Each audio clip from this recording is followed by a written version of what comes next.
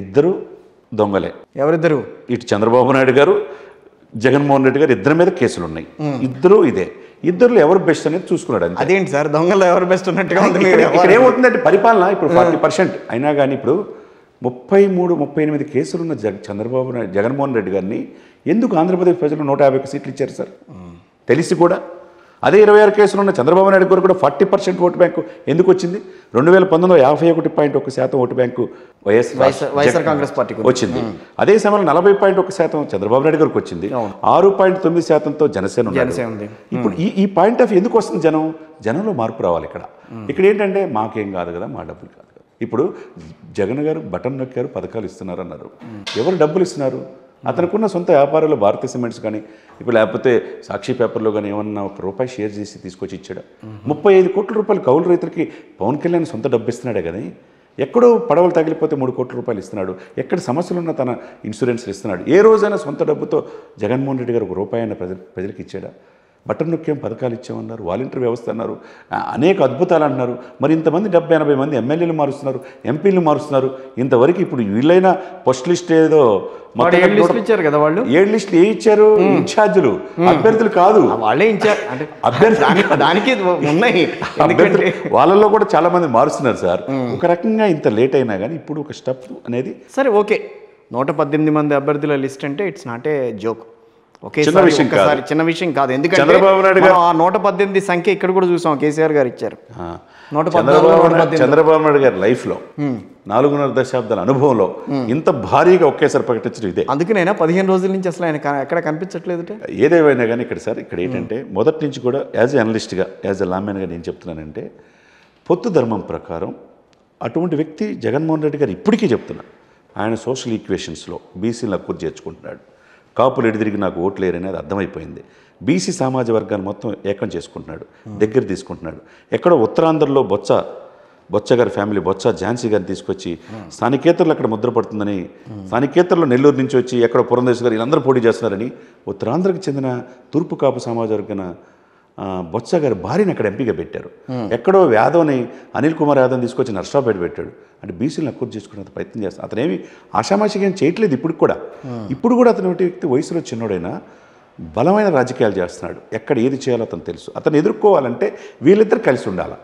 స్నేహస్తం అందించిన పవన్ కళ్యాణ్కి చేతునివ్వాలని నేను మొదటి నుంచి ఒకటే చెప్తున్నా. గౌరవంగా 50 సీట్లు ఇవ్వాలన్నా, జోయ్ గారు అయితే 60-70 సీట్లు ఇవ్వాలన్నా.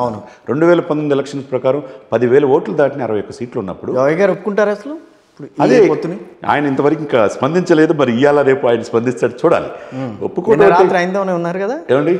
అంటే ఏదైనా కానీ ఇక్కడ ఏమవుతుందంటే మాట్లాడి రావటం వ్యవహారం అంతా అంటే ఇక్కడ ఏంటంటే ఆయన అపారమైన అనుభవం. అవును, మీకు తెలియదు కాదు. అసలు ఒక మాట అన్నా, అసలు నీకు పొత్తెందుకు ఆయనతో, నీకు టీడీపీతో పొత్తెందుకు అని చెప్పి గట్టి మాట్లాడాడు ఆయన ఒక్కడే. నాకు తెలిసినంత వరకు చాలా గట్టిగా చెప్పాడు. డెఫినెట్గా 88 కాపులుగా వెళ్ళారా అని అడిగాడు ఆయన. దానికి ఆన్సర్ ఎక్కడ రాలేదేంటి? కాపు నాయకుల దగ్గర నుంచి రాలేదు. ఇక్కడ ఏంటంటే ఇక్కడ గుర్తుపెట్టుకోండి సార్, ఒక కొద్ది గొప్ప అడగటానికి ఒక వ్యక్తి మీరు అన్నట్టు 88 సంవత్సరాల వయసులో రాజకీయ సులభాపేక్ష లేకుండా ఎక్కడ వాళ్ళ కొడుకు కానీ తనకు కానీ సీట్ అడగల. ఎందుకు? Single largest community in the state of Andhra Pradesh. 25% కాపులు ఎంతకాలం పల్లకీలు మోస్తారు. నువ్వే కదా చెప్పింది పవన్ కళ్యాణ్ గారు, యాశించే స్థాయి నుంచి శాసించే పెద్దన్న పాత్ర పోషించమంటున్నావు కదా. నువ్వు చెప్పినట్టే శెట్టి బలిజల్ని, బీసీలని కలుపుకొని వెళ్తున్నారు. మీరు తగ్గొద్దు. ఎక్కడ తగ్గొద్దు? గౌరవంగా 40-50 సీట్లు వస్తే రేపు నువ్వు ఏదైనా అడగటానికి, ఏదైనా సాధించుకోవడానికి అవకాశం ఉందని మొదటి నుంచి చెప్తున్నాడు. అది తప్పు కాదే. మరి ఆ సమయంలో ఇక్కడ ఏం జరుగుతుంది?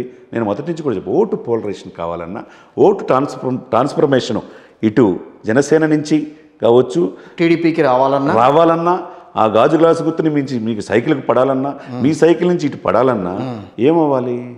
ఇద్దరు ఆమోదయోగ్యంగా ఒక జడ్జిమెంట్కి రావాలి. మీ లోకేష్ గారేమో మా నాన్నే ముఖ్యమంత్రి అంటాడు. ఒక్కసారి అంటే పొరపాటు జరిగిందని చెప్పేసి మళ్ళీ రెండోసారి అదే అన్నాడు. ఇకపోతే ఈరోజు పొత్తులు అయిపోయిన తర్వాత ఇక్కడ ఏమనిపిస్తుందంటే, యాజ్ ఏ కొద్ది గొప్ప చదువుకున్నాడుగా ఆంధ్రప్రదేశ్ ప్రజల్లో జగన్మోహన్ రెడ్డి గారిని ఎదుర్కోవాలంటే అంత తేలికైన విషయం కాదు. అది అందరికీ తెలిసిన విషయమే. మరి ఆ సిచ్యువేషన్స్లో మీరు అనుభవం పార్టీ అని చెప్పి అన్నప్పుడు మీకు దాదాపుగా ఇప్పుడు ఈరోజు ఎన్ని సీట్లు టీడీపీకి? 94 సీట్లు. 24 సీట్లు ఎవరికి ఇచ్చారు? జనసేనకి ఇచ్చారు. అదే సమయంలో ఇంకా 54 ప్రకటించాల్సి ఉంది.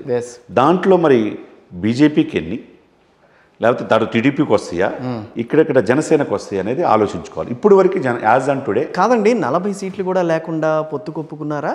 అంటే పొత్తు కొప్పుకున్నారంటే ఇప్పుడు నాయకుడు, ఇప్పుడు పవన్ కళ్యాణ్ గారు ఏమంటారంటే, ఆ రోజు నన్ను 10 సీట్లైనా గెలిపించలేదు, లేదు కాబట్టి ఈరోజు 2 చోట్ల నన్ను ఓడించారు కాబట్టి ఇప్పుడు నా మాట నేనండి వ్యూహం నాకు వదిలేయండి అంటున్నాడు.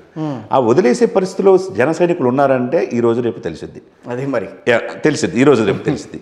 అదే సమయంలో చంద్రబాబు నాయుడు గారికి కూడా ఏమంటున్నాడు, ఆయన ప్రకటించే ముందు జగన్మోహన్ రెడ్డి గారు దిగాల, సంకీర్ణ ప్రభుత్వం రావాలి అని ట్యాగ్ లైన్తో పెడుతున్నారండి. అవును, పెట్టినప్పుడు ఆయనే 24 సీట్లలో జనసేన 3 ఎంపీ స్థానాలు పోటీ చేస్తుందని ఆయనే చెప్పాడు.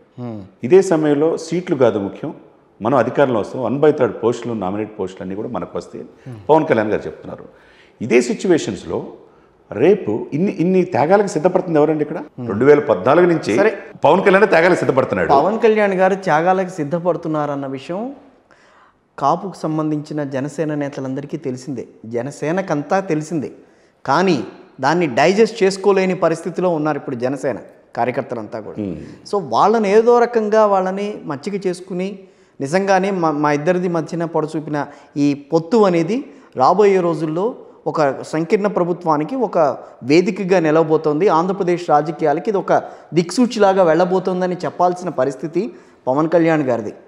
సరే, పవన్ కళ్యాణ్ గారు కొన్ని విషయాల్లో కొంచెం కామ్గా ఉన్నారు కాదనను, కానీ అటు టీడీపీ రెచ్చగొట్టే విధానం అనేది ఇక్కడ అది దాన్ని మీరు ఎదుర్కోలేకపోతున్నారని చెప్పి అంటున్నారు. ఇక్కడ ఏమవుతుందంటే సార్, అనుభవం ఆయనకు ఉంది, చంద్రబాబు నాయుడు గారికి అనుభవం తగ్గ కేడర్ లేదు, భయపడి ఆయన జైల్లో ఉన్నప్పుడు ఎవరు బయటకు రాని పరిస్థితిలో, స్థానిక సమస్యల్లో కూడా పోటీ చేయలేని పరిస్థితిలో జనసేన పోటీ చేసింది. అవును, జనసేన ఒక అండగా నిలబడింది మిత్రపక్షం ప్రకారం. అప్పటి నుంచి మీరు అన్నట్టు కిషోర్ గారు, ఈయన అతి మంచితనం పవన్ కళ్యాణ్ గారు కూడా రాజకీయాల్లో ఎప్పుడు రాజకీయాల్లో నువ్వు నాయకుడు అవుతావు, నేను ముఖ్యమంత్రి అవుతాను అంటే అవ్వాలనే క్యాడర్ కోరుకుంటుంది, పద్దాకల ఆయన చేయటానికి కాదు. ఇప్పుడు కూడా ఎక్కువ మంది నేను ఏదో చూస్తూ ఉన్నా, అంటే ఇక వెయిట్ చేయాలి కాబట్టి ఇప్పుడు 24 సీట్లు ఈరోజు ప్రకటించారు సార్, 3 ఎంపీలు అంటున్నారు.